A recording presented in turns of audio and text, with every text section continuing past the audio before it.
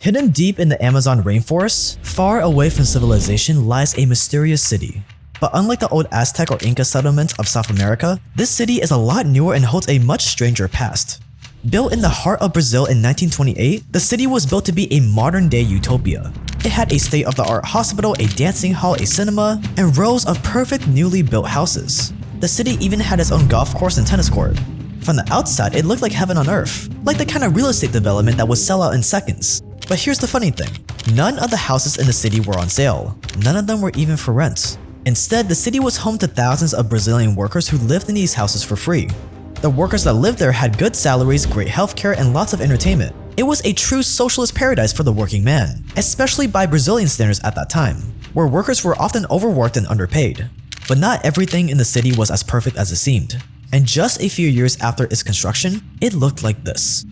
Buildings and houses were looted, most of the people had fled the city, and everything else was engulfed by the jungle.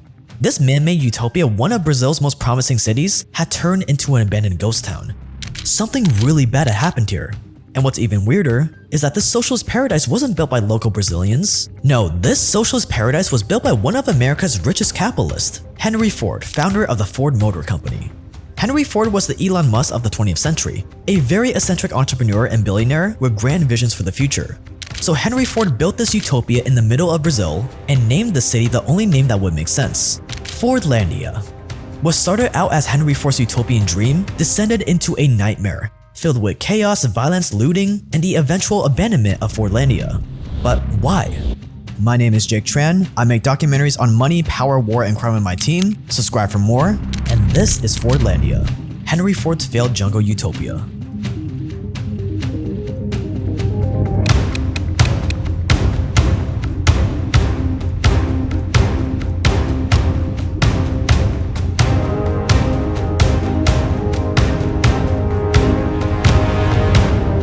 Do you like free stuff?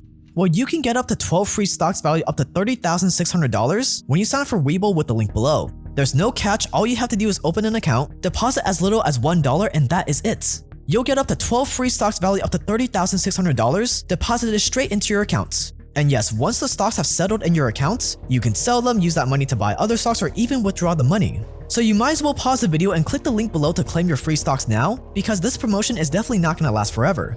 Signing up is super fast and easy. All you have to do is fill out some basic information, deposit some money, and you're done. The first 2 shares you get when you open your account will be valued up to $300 each. And the next 4 to 10 shares you get after you deposit some money in your account will be valued up to $3,000 each. We are going into a recession right now, so you're gonna want to make sure you have everything set up and ready to go so that you can buy if and when everything crashes. And Webull is the app to do it. It's a really great commission-free stock trading app that was ranked the best investment app in 2021 by Benzinga, and it has a 4.5-star rating from NerdWallet. So what are you waiting for? Get your 12 free stocks valued up to $30,600 right now by pausing the video and clicking the link below. Thanks to Webull for sponsoring this video.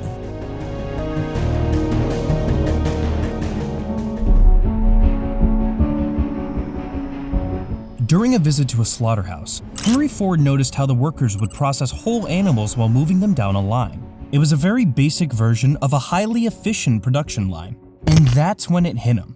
He could do the same thing in his car factories. Instead of having his workers build one car at a time, his cars would move from one station to another while different groups of workers would do just one job on each car. Ford immediately put this assembly idea into action. And by 1905, his factories were producing 25 cars a day. It was an absolute revolution in efficiency. So it didn't come as a surprise that by 1914, Ford had a whopping 48% share of the US automobile market. And only 4 years later, half of the cars on American streets were Model Ts. He was now the undisputed king of the car industry, and one of the richest men in the world with a net worth of around $1.2 billion, or around $200 billion in today's money. But one thing still bothered him. Ford's supply chain wasn't perfect. His company was already producing its own engines and transmissions, and pretty much every other part came from Ford-operated businesses. But one crucial part in the supply chain was still missing: rubber for the tires. At the time, most of the rubber in Ford's tires came from plantations somewhere in Asia, but that left the company dependent on some outside business to consistently supply rubber at high prices. And for Ford, this was unacceptable. He wanted his own reliable source of cheap rubber. In other words, like the other great monopolists of his time, he wanted to vertically integrate. So he set his eyes on Brazil's Amazon rainforest, the home of the rubber tree.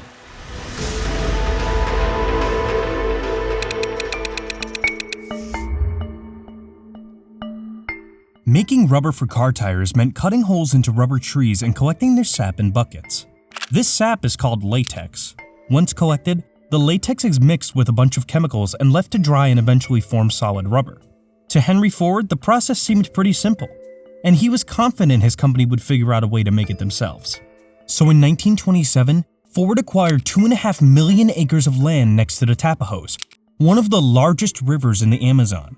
It was a huge piece of land, nearly the size of Jamaica. Ford's official goal was to build a cheap source of rubber to produce his tires, but secretly, he had an even bigger vision. He wanted to build the ideal city, a true American utopia in the heart of Brazil's jungle. A place where workers would live, work, and enjoy a happy life. They would have great salaries, the best healthcare, entertainment, and even access to their very own golf course. It would be a proletariat paradise unlike anything the world had seen before. And Ford already had the perfect name for his utopia: Fordlandia. It would be his next masterpiece, a real legacy he would leave behind. And the Brazilians, they were ecstatic. They thought Ford was the best guy to uplift Brazil's struggling economy so people could enjoy a better way of life. So in 1928, the first teams of workers arrived on Ford's land by boat. Ford had hired mostly Brazilians to help clear the forest to plant rubber trees. And just 1 year later, there were around 1,300 local workers on his payroll. But it wasn't long before trouble would appear. The workers were struggling with the intense heat of the jungle, the working conditions, and tropical diseases. By the end of the following year, 90 people had already died and hundreds were falling sick.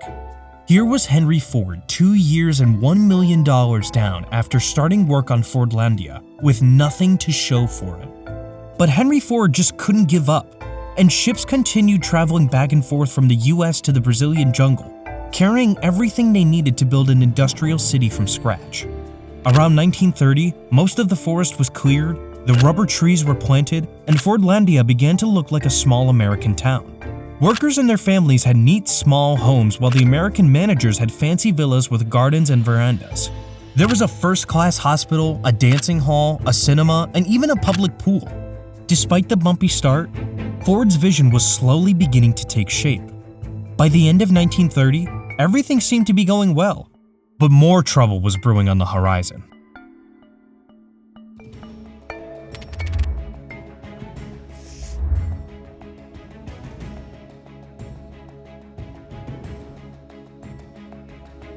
Henry Ford was undoubtedly a brilliant businessman and innovator.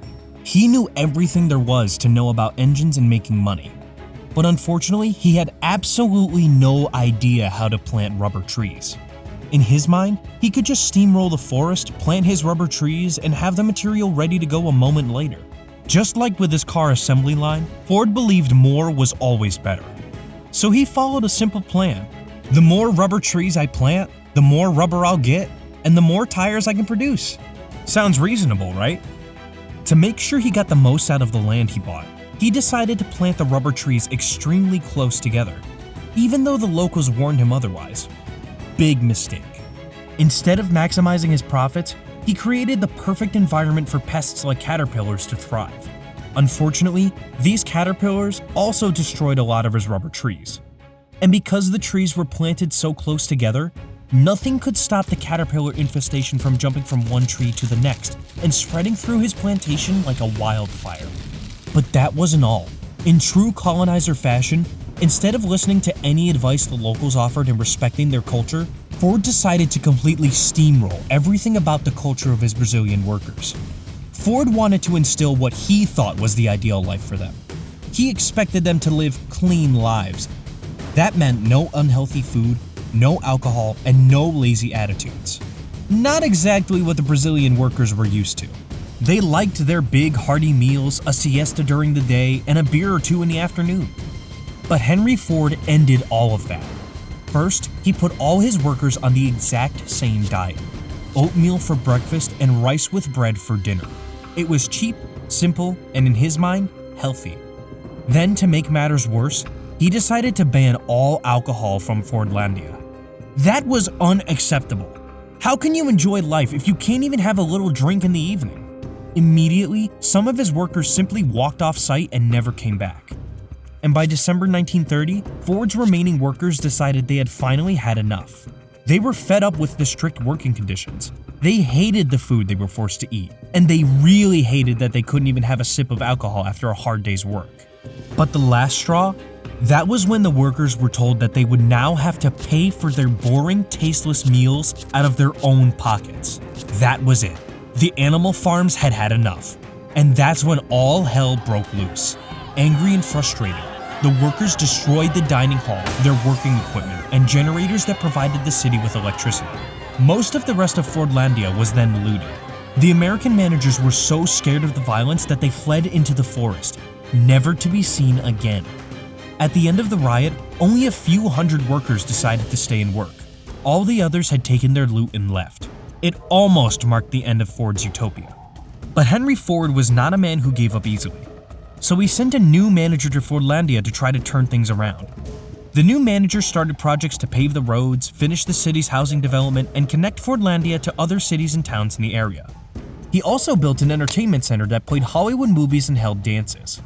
The health and education facilities were also improved. It was the first time Fordlandia had actually come close to Henry Ford's original vision. But Ford still had one big problem. They weren't producing any rubber. Most of the trees were either getting eaten by bugs or were falling prey to destructive plant diseases. And none of the Americans wanted to listen to the Brazilians telling them the Amazon ecosystem works differently from what they expected. By the end of World War II, Henry Ford was in poor health. So his grandson Henry Ford II took over the company. He immediately realized Fordlandia was more trouble than it's worth. So he sold the land back to the Brazilian government for a fraction of what it had originally cost his grandfather.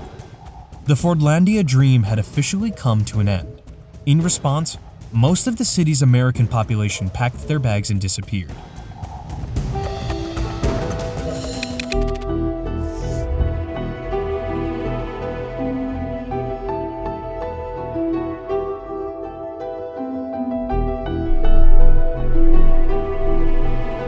Over the years, Henry Ford invested about $20 million into his utopia. That's about $400 million in today's money, and not a single drop of rubber ever made it to his American car factories. But the saddest part is that they could have made it work. Ford had the money, the technology, and the machinery. All he had to do was listen to the Brazilian locals who offered their advice on everything from how to plant his rubber trees to how to treat the workers. If he had just swallowed some of his pride, Fordlandia may have been one of the most modern, successful cities the world had ever seen. Instead, Fordlandia's buildings and machinery were looted again, and most of the Brazilian workers moved back to their hometowns. But in the past decade, Fordlandia made a bit of a comeback.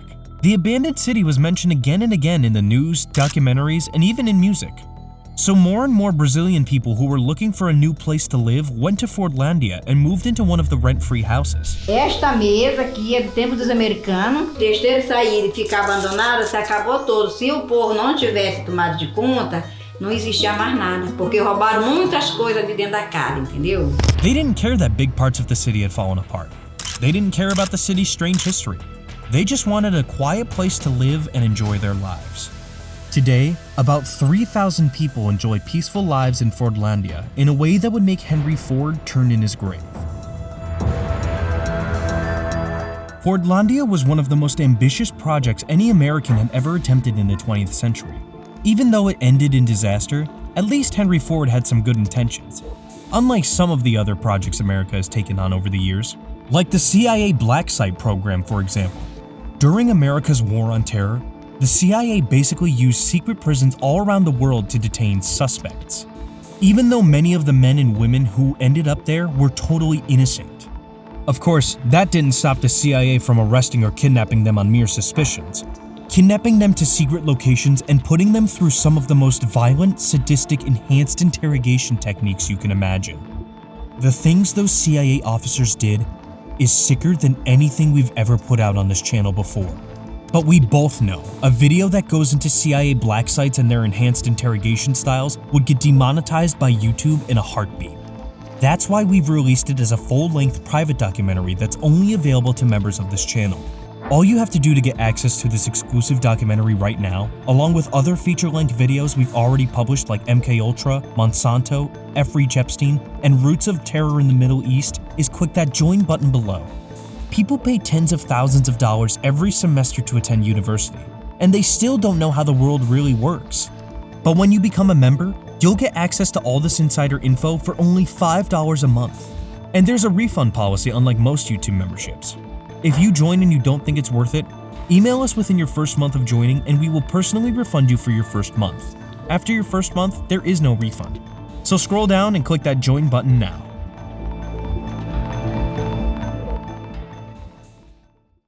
I found this story super fascinating, so let me know what you guys thought in the comments below. And if you're new here, this is one of the biggest channels on YouTube for documentaries on money, power, war, and crime. So if you enjoyed this video, click that subscribe button below because we make multiple videos just like this one every single week for free. So if you enjoyed this one, you're definitely going to enjoy the other ones. You can follow me on Instagram at Jake Tran, but that's going to wrap it up. Stay dangerous out there, and I will see you guys in the next one.